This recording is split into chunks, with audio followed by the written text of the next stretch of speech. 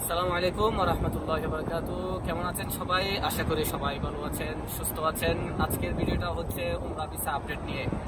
আপনারা প্রশ্ন করতেছেন এই বছরের সিস্টেমটা কিরকম, এই বছর আপনারা কি সিস্টেমে উমরা ভিসা বের করবেন এবং কোন সিস্টেমে হোটেল বুকিং দিবেন এবং ট্রান্সপোর্টের সিস্টেমটা কি এবং ইন্ডিভিজুয়াল ভিসা বের করতে চাইলে সিস্টেমটা কি, টোটাল বিষয় নিয়ে আজকের এই ভিডিওটা আলোচনা করব।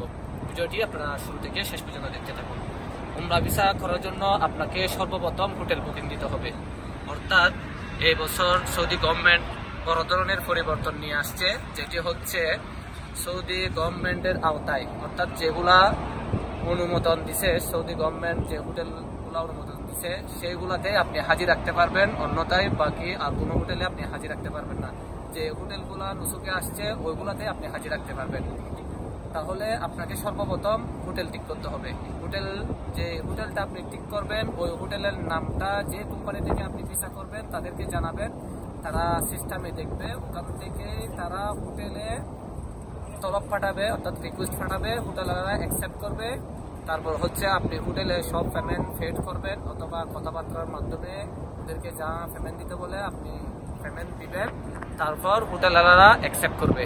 তারপর হচ্ছে একটা সিআরএম একটা কোড বের হবে, ওই কোডটা দিয়েই ভিসা কোম্পানি আপনার ভিসা বের করবে। তো আপনাকে অবশ্যই আগে ভাগে টিকিটও কনফার্ম করতে হবে, হোটেলও কনফার্ম করতে হবে, তারপর আপনার ভিসাটা বের হবে। আচ্ছা ভাই, একটু ট্রান্সপোর্টের বিষয়টা একটু ক্লিয়ার করেন। ট্রান্সপোর্টের বিষয়টা হচ্ছে যে গত বছর যেরকম ছিল বছরের সেম আছে। অর্থাৎ আপনি যদি ভিসা করেন, যেমন ধরেন আপনার 30 জনের বা 35 জনের একটা গ্রুপ হয়েছে, আপনি ফুল একটা বাস নিয়ে নিতে পারেন। ফুল বাস নিতে হলে কার থেকে নিবেন বা কিভাবে নিবেন, আগে যে সিস্টেমে ছিল এবছরও সেম সিস্টেম। আপনি চাইলে যে কোম্পানি থেকে ভিসা করতেছেন ওই কোম্পানির সাথে কথা বলে আপনি ট্রান্সপোর্টটা ঠিক করতে পারেন, অথবা আপনাদের যদি কোনো ট্রান্সপোর্টের কোম্পানি থেকে থাকে আপনি তাদের সাথে কথা বলে এই ট্রান্সপোর্টটা আপনারা ঠিক করে নিতে পারেন। অর্থাৎ ফুল বাস কত টাকা নিবে, অর্থাৎ আপনি রুটটা তাদেরকে বলে দিবেন, জেদ্দা টু মক্কা, মক্কা জিয়ারা, মক্কা টু মদিনা, মদিনা জিয়ারা, মদিনা টু জেদ্দা এয়ারপোর্ট নাকি মদিনা টু মদিনা এয়ারপোর্ট, রুটটা আপনি ঠিক করে ওদের সাথে আলোচনা করে ট্রান্সপোর্টটা আপনাদের নিজেদের ব্যক্তিগত আপনারা চাইলে ঠিক করে নিতে পারেন। আর একটা বিষয় হলো ভাই, সেটা হলো যে যদি কোনো ফ্যামিলি থেকে পার্সোনাল ভাবে আসতে চায় সিঙ্গেল ভিসা, ওমরা 1 জন 2 জন 3 জন 4 জন আসতেছে গ্রুপ ছাড়া, তাহলে সেই ক্ষেত্রে তাদের ট্রান্সপোর্টটা সিস্টেমটা কি একটু বলবেন? আমরা আগে যেরকম ইজি ভাবে ইন্ডিভিজুয়াল ভিসা বের করছি, এই বছর কিন্তু এরকম ইজি নাই, টোটালি সিস্টেমটা ভিন্ন। অর্থাৎ আপনার সিঙ্গেল ভিসা করলেও অবশ্যই মক্কাতে হোটেল শো করতে হবে, অর্থাৎ মক্কাতে হোটেল নিতে হবে, যেহেতু উমরা ভিসা আসতেছে, কোথায় থাকবে না থাকবে এখানে 2-3 দিন আপনাকে অবশ্যই হোটেল দেখাতে হবে, তারপর হচ্ছে ভিসা লাগবে। এখন আসেন, কেউ যদি রিয়াদে চলে আসে তাহলে এখানে তো উনি হোটেল দেখাতে পারতেছে না, বা রিয়াদ থেকে উনি 1 মাস করে 1.5 মাস করে মক্কাতে আসবে। সেই ক্ষেত্রেও সিস্টেম আছে, আমরা কোম্পানির সাথে কথা বলে অন্য আরেকটা হোটেলের সিআরএম দিয়ে আমরা ভিসা বের করে দিতে পারবো, বা ভিসা বের হবে। আপনি যে কোম্পানির সাথে কথা বলবেন ভিসা কোম্পানির সাথে, তারা আপনাকে অন্য হোটেল শো করে নুসুকের মধ্যে ভিসা বের করে দিবে। কিন্তু যে মক্কাতে আসবে ওটা অবশ্যই হোটেল দেখাতে হবে। আসার 3-4 দিন আগে যে কোম্পানি থেকে আপনি ভিসা করছেন ওই কোম্পানিকে আপনি জানাইতে হবে যে 2 দিন বা 3 দিন মক্কাতে উমরা করতে আসলে হোটেলটা সিস্টেমে দেখাতে হবে, না হয় সমস্যা হওয়ার সম্ভাবনা আছে।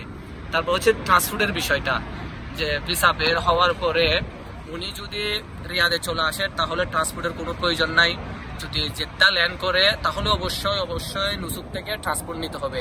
আচ্ছা ভাই, এটা তো বুঝলাম। আর একটা বিষয় হলো যে মনে করেন আমার ফ্যামিলিতে আমরা 4 জন আসবো সদস্য উমরার জন্য, পার্সোনাল ভাবে, কোনো গ্রুপের সাথে না। আর আমার 4 জন সদস্যের সাথে 3 জন ছোট বাচ্চা আছে। গত বছর যেমন নিয়ম ছিল একটা রুম নিলে হয়ে যেত, 4 সিটের বা 5 সিটের একটা রুম নিয়ে নিলে আমি বাচ্চাগুলো যেভাবে মনে হচ্ছে সেভাবে রাখতাম। তো এই বছর কি বাচ্চাগুলোরও কি সিট বা রুম নিতে হবে কিনা, বা ভিসার ব্যাপারে এটা একটু ক্লিয়ার করবেন। যে এবছর টোটালি সিস্টেমটা ভিন্ন। অর্থাৎ আপনারা জানেন, যারা হজের কাজ করেন তারা অবশ্যই জানেন, হজের মধ্যে যারা আসবে প্রত্যেকজনের জন্য অবশ্যই সিট বুকিং দিতে হয়। যদি সিট বুকিং দেয় তারপর ভিসা আদার্স যেগুলো আছে স্টেপ বাই স্টেপ কাজ হয়। উমরা তো সেম, নুসুকের মাধ্যমে আপনার আসতে হবে। বাচ্চা হলো প্রত্যেকটা বাচ্চার জন্য সিট অবশ্যই কনফার্ম করতে হবে, অর্থাৎ এটা হোটেলওয়ালাদের কোনো হাত নাই, এটা সম্পূর্ণ সিস্টেমটা মাসার অর্থাৎ নুসুক, যেটা আমরা নুসুক টিমে পরিচালনা করে ওনাদের আন্ডারে, হজ এবং উমরা মিনিস্ট্রির আন্ডারে বাচ্চা থাকে তাহলে অবশ্যই তাদের জন্য সিট কনফার্ম করতে হবে। সিট যদি কনফার্ম করেন তারপর হচ্ছে আপনার ভিসা লাগবে। এখন সিস্টেমে সিট কনফার্ম করলে তারপর ভিসাটা বের হবে। বড়দেরও সিট নিতে হবে, বড়দেরও সিট নিতে হবে, ছোটদেরও সিট লাগবে, তাছাড়া ভিসা হবে না। তাহলে বুঝলাম যে আপনার বড়দেরও যেমন ভিসা করতে সিট কনফার্ম করতে হবে, ছোট বাচ্চা মাত্র হয়েছে সেও যদি উমরায় আসে তার জন্য সিট কনফার্ম করলে কেন ভিসা হবে, তাছাড়া ভিসা হবে না, সিস্টেমে নিবে না। আর একটা প্রশ্ন ভাই, সেটা হলো যে প্রত্যেকটা গ্রুপ থেকে, যেমন ভিসা কোম্পানি থেকে গ্রুপদের জন্য রিয়াজুল জান্নাহ পারমিটটা দিয়ে দেয়, সেই ক্ষেত্রে আমি মক্কাতে হোটেল বুকিং কনফার্ম করলাম, মদিনা করলাম না, তাহলে সেই ক্ষেত্রে কি রিয়াজুল জান্নাহর পারমিট পাবো কিনা? আচ্ছা, এটা একটু ক্লিয়ার করেন। এই বছরের সিস্টেমটা হচ্ছে, এখানে অনেকজনের প্রশ্ন আছে, যে প্রশ্নটা করছেন যে আমরা মক্কাতে নুসুকের হোটেল শু করে উমরায় নিয়ে আসলাম, মদিনাতে নুসুকের হোটেল অর্থাৎ গভর্নমেন্টের যে হোটেলগুলো অনুমোদন দিছে ওগুলা বুকিং দিতে হবে কিনা, নাকি অন্য হোটেল দেখে আমরা নিয়ে আসতে পারবো?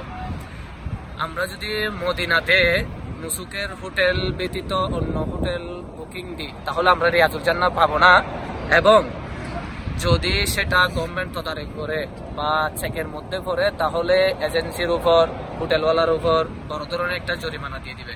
সেই জন্য আমাদেরকে বাধ্যতামূলক অবশ্যই মদিনা শরীফ ও নুসুকালা হোটেল নিতে হবে। আর যদি নুসুকালা হোটেল না নি, অন্য হোটেল নিছি, চেকও পড়ে নাই বা ভাগ্যক্রমে সে বেঁচে গেছে, তাহলে রিয়াজুল জান্নাহ পাবেন না। কারণ টোটাল সিস্টেমটা নুসুকের মাধ্যমে যেহেতু পরিচালনা হবে, সিস্টেমে নুসুকে মদিনা হোটেল নেই না যে সেটা দেখাবে, সেই জন্য নুসুক থেকে তাদের কোনো গ্রুপকে রিয়াজুল জান্নাহ দিবে না। আশা করি বিষয়টা আপনারা বুঝতে পারছেন। অর্থাৎ মদিনা শরীফও আপনাকে নুসুকালা হোটেল নিতে হবে। আশা করি টোটাল বিষয়টা আপনারা বুঝতে পারছেন। যদি আপনাদের কোনো ধরনের কোয়েশ্চন থেকে থাকে তাহলে অবশ্যই আমাদেরকে জানাবেন, ইনশাআল্লাহ আমরা সেটা উত্তর দেওয়ার চেষ্টা করব। আচ্ছা, আরেকটা বিষয়, সেটা হলো যে হোটেলের রেটটা বিষয়, হোটেলের রেট গত বছর তুলনায় কি এবছর কি একটু বাড়বে কিনা? যে হোটেলের রেটটা অবশ্যই, যেহেতু সেটা গভর্নমেন্টের আন্ডারে, প্রত্যেকটা সেক্টরে কিন্তু আগের তুলনায় এখন রেট বাড়তি। যারা কমিয়ে অফার দিচ্ছেন বা বিভিন্ন জায়গায় লোভনীয় অফার দিচ্ছে, এই সমস্ত ধোঁকাবাজি থেকে আপনারা বিরত থাকবেন। যেখানে মার্কেট রেট থেকে, অর্থাৎ অন্যান্য 10 জনে কিরকম রেট দিচ্ছে সেটা আপনারা যাচাই বাছাই করেই তারপর আসবেন। হুট করে একজনে মার্কেট রেট থেকে অনেক টাকা কমাই দিছে, তাহলে মনে করবেন সেখানে 100% গাবলা আছে, সেখানে 100% 2 নম্বরই আছে। যেহেতু এটা গভর্নমেন্টের আন্ডারে টোটাল সিস্টেমটা, প্রত্যেকটা সেক্টরে কিন্তু এখন রেট বাড়তি, ভিসার রেট বাড়তি, তারপর হচ্ছে হোটেলের রেট বাড়তি, সবগুলা রেট বাড়তি। সেই বিষয়টা আপনারা অবশ্যই মাথায় রাখবেন। আপনারা সেই হিসাবে করে প্যাকেজ করবেন, এবং আপনারা আসার আগে প্রত্যেকটা গ্রুপ, আপনারা আসার 10 দিন, 20 দিন, 15 দিন আগে গ্রুপ একদম সব কাজ কমপ্লিট করে ফেলবেন, যাতে রিস্ক না হয় মতো।